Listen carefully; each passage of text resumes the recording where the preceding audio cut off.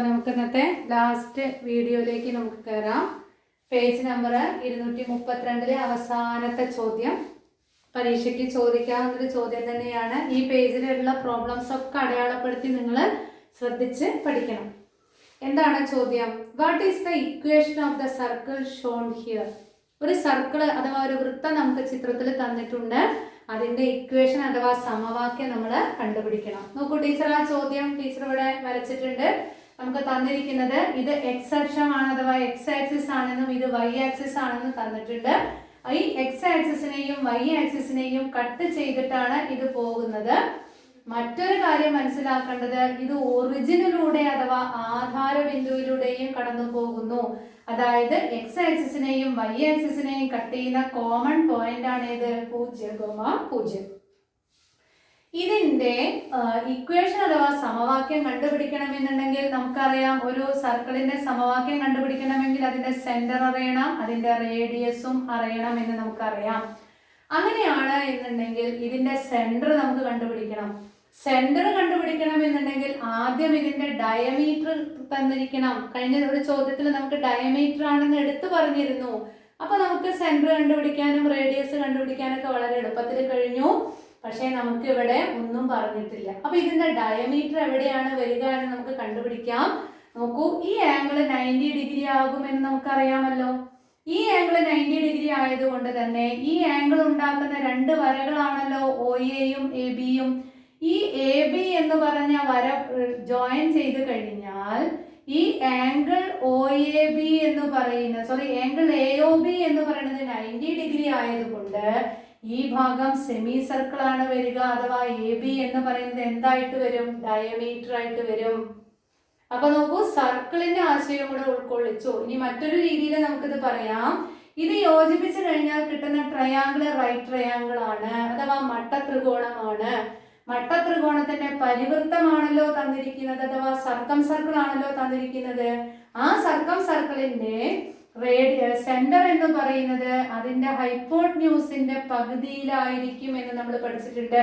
അപ്പൊ സെന്ററിനെ ഞാൻ സി എന്ന പോയിന്റ് എടുത്തു കഴിഞ്ഞാൽ C will B lies in the middle of the line A B അഥവാ എ ബി എന്ന് പറയുന്നത് വൃത്തത്തിന്റെ വ്യാസമായിരിക്കും എന്ന് മനസ്സിലാക്കുക. അപ്പോൾ ഇത് ട്രിഗണോമെട്രി സർക്കിൾ ഒക്കെ ആയിട്ട് ബന്ധപ്പെട്ട് വന്നിരിക്കുന്ന ഒരു ചോദ്യമാണ്. അപ്പൊ നമുക്ക് സിയുടെ കോർഡിനേറ്റ് കണ്ടെത്തി കഴിഞ്ഞാൽ നമുക്ക് ഇതിന്റെ സെന്റർ കിട്ടിക്കഴിഞ്ഞു. അത് വെച്ചിട്ട് നമുക്ക് റേഡിയസ് ഒക്കെ നമുക്ക് കണ്ടുപിടിക്കാം. അപ്പോൾ എന്താണ് സിയുടെ കോർഡിനേറ്റ് വരിക? നമുക്കറിയാം, മിഡ് പോയിന്റ് ആണ് എ ബിയുടെ മിഡ് പോയിന്റ് ആണ് സി വരിക.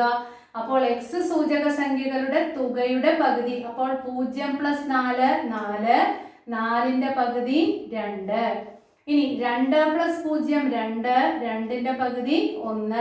സി എന്ന് പറയുന്ന പോയിന്റ് എന്തായിട്ട് വന്നു? 2, എന്ന് കിട്ടി.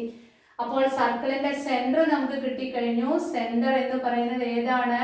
2, 1 ആണ്. അതിനെ സി എന്ന് കൊടുത്തു.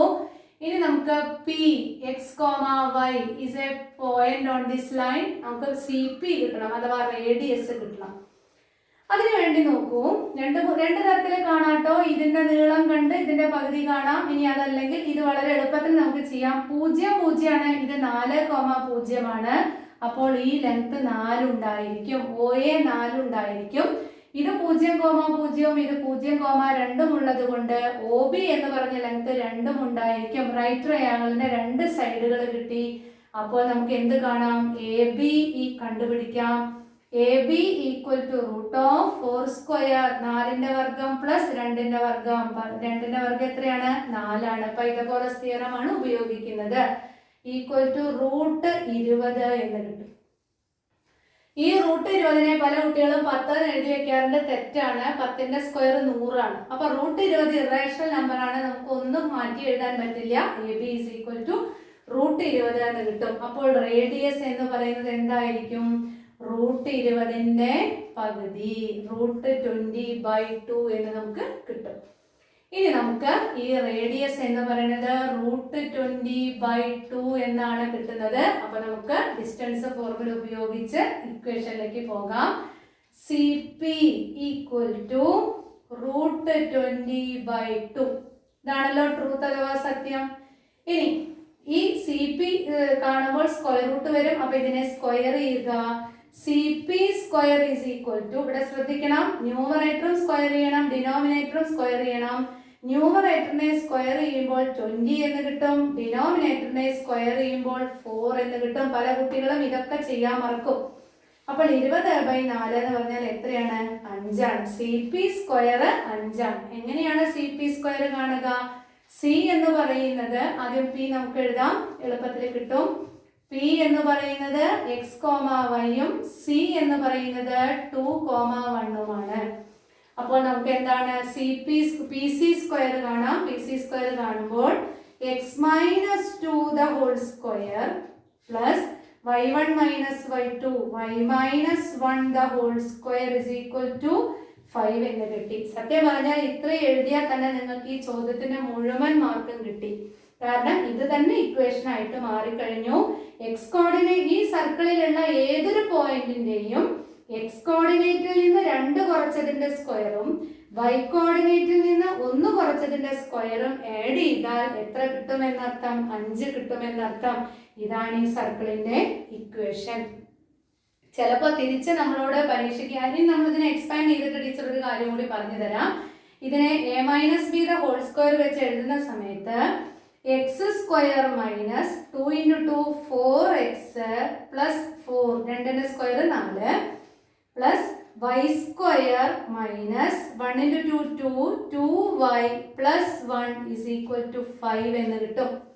ഇതിനെ നമ്മളൊന്ന് വൃത്തിയായിട്ട് എഴുതി കഴിഞ്ഞാൽ x square plus Y square minus 4x minus 2y, ഇവിടെ 4 + 1 കൂട്ടി കഴിഞ്ഞാൽ 5, ഈ 5നെ ഇങ്ങോട്ട് കൊണ്ടുവരുമ്പോൾ -5 = 0 എന്ന് നമുക്ക് കിട്ടും. അപ്പോൾ ഇതിന്റെ അർത്ഥം എന്താ? ഇതിന്റെ ഇക്വേഷൻ എന്താ? X square plus Y square minus 4x minus 2y, 5ൽ നിന്ന് 5 കുറച്ചാൽ 0 = 0. ഇതാണ് ഈ സർക്കിളിന്റെ ഇക്വേഷൻ. പണ്ടത്തെ ടെക്സ്റ്റ് ബുക്കില് ഈ സർക്കിളിന്റെ ഇക്വേഷൻ തന്നിട്ട് നമ്മളോട് സെന്ററും റേഡിയസും കാണാനുള്ള ചോദ്യം ചോദിക്കാറുണ്ട്. അപ്പൊ ഇക്വേഷൻ തരുന്ന സമയത്ത് ഇങ്ങനെയാണ് ഇക്വേഷൻ തന്നത് എങ്കിൽ നമുക്ക് സെന്ററും റേഡിയസും കണ്ടുപിടിക്കാൻ എളുപ്പമാണ്. X minus 2 the whole square Y minus 1 the whole square is equal to 5 ആണെങ്കിൽ ഇതിന്റെ സെന്റർ എന്ന് പറയുന്നത് 2,1 ആണ്. അതായത് ഇങ്ങനെ ഒരു ബന്ധം കൂടി നിങ്ങൾ മനസ്സിലാക്കുക. ഒരു സർക്കിളിന്റെ സെന്റർ a, b-യും ഇതിന്റെ മുകളിലുള്ള ഒരു പോയിന്റ് x, y-യും ആണെങ്കിൽ ഈ ഡിസ്റ്റൻസ് r ആണല്ലോ വരിക. അപ്പോൾ നമുക്ക് കിട്ടേണ്ടത് x minus a the whole square plus y minus b the whole square is equal to r square എന്ന രൂപത്തിലാണ് സർക്കിളിന്റെ ജനറൽ ഇക്വേഷന്റെ ജനറൽ രൂപം അഥവാ പൊതുവായ രൂപം. ഇതിൽ നിന്ന് എയും ബിയും, ഇവിടെ മൈനസ് ആണെങ്കിൽ പ്ലസ് എയും, ഇവിടെ മൈനസ് ആണെങ്കിൽ ഇവിടെ പ്ലസ് ബിയും. അപ്പോൾ ചിലപ്പോൾ നമുക്ക് പരീക്ഷയ്ക്ക് ഇങ്ങനെ തന്നു, X plus 7 the whole square plus Y minus 3 the whole square is equal to എന്താ പറയുക 25 എന്ന് തന്നു എന്ന് വിചാരിക്കാം. ഇത് സമവാക്യം, ഒരു സർക്കിളിന്റെ സമവാക്യം അഥവാ ഇക്വേഷൻ ആണെങ്കിൽ അതിന്റെ സെന്റർ കണ്ടുപിടിക്കാൻ പറഞ്ഞാൽ നമ്മൾ മനസ്സിലാക്കുക, ഇതാണ് അതിന്റെ general form. X minus A the whole square plus Y minus B the whole square is equal to R square.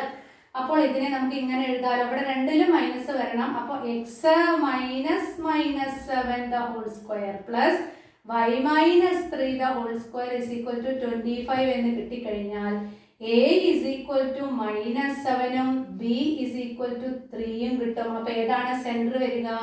-7,3 എന്നുള്ളത് സെന്റർ ആയിട്ടും ആർ സ്ക്വയർ ആണ് 25. അപ്പൊ r ഇസ് ഈക്വൽ ടു 5 എന്ന് നമുക്ക് കിട്ടും. ഇനി ഈ രൂപത്തിലാണ് ഇക്വേഷൻ തന്നത് എന്നുണ്ടെങ്കിൽ നമ്മൾ ഈ രൂപത്തിനെ റിവേഴ്സ് ചെയ്തിട്ട് ഇങ്ങനത്തെ രൂപത്തിലേക്ക് കൊണ്ടുവരണം. അപ്പൊ ഇതിനെ എങ്ങനെയാണ് ഇങ്ങനെ രൂപത്തിലേക്ക് കൊണ്ടുവരിക? നമുക്കൊന്ന് ചിന്തിക്കാം.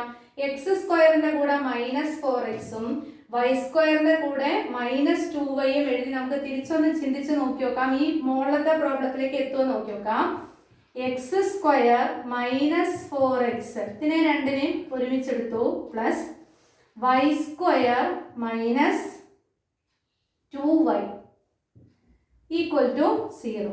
അപ്പൊ നമുക്ക് അറിയാം ഇതിനെ ഒരു പെർഫെക്റ്റ് സ്ക്വയർ ആയിട്ട് എഴുതണമെങ്കിൽ ഇതിനോട് ഒരു നമ്പർ കൂട്ടണമെന്ന് നമുക്കറിയാം. അപ്പോൾ നമുക്കൊന്ന് എഴുതി നോക്കാം. എക്സ് സ്ക്വയർ മൈനസ് 4x, 4ന്റെ പകുതി 2, 2ന്റെ സ്ക്വയർ ചെയ്താൽ എത്ര കിട്ടുക? 4 തന്നെ കിട്ടും. അപ്പൊ ഇവിടെ 4 ആഡ് ചെയ്യണം, 4 ആഡ് ചെയ്തു.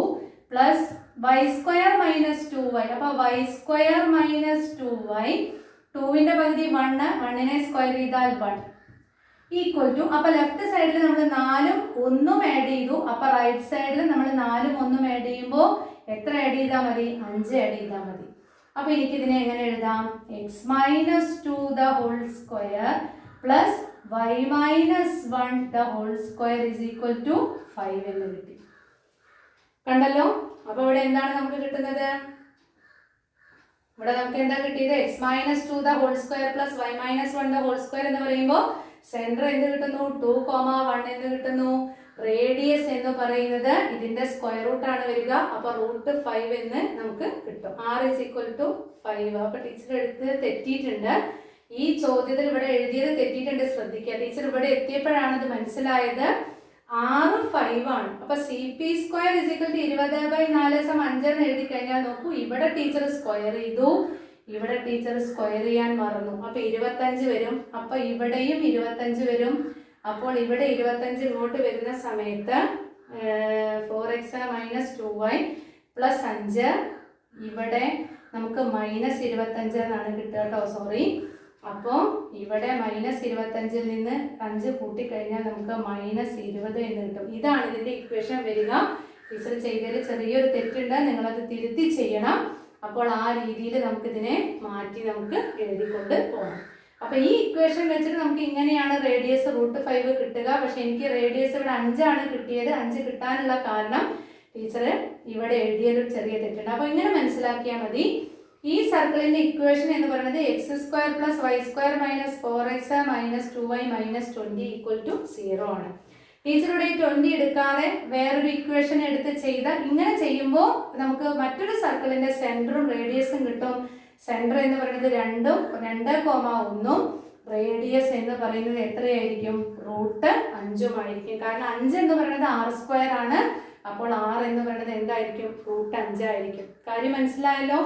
ഈ സർക്കിളിന്റെ ഇക്വേഷൻ അവസാനത്തത് ഇതാണ്. X square plus Y square minus 4x minus 2y minus 20 equal to 0.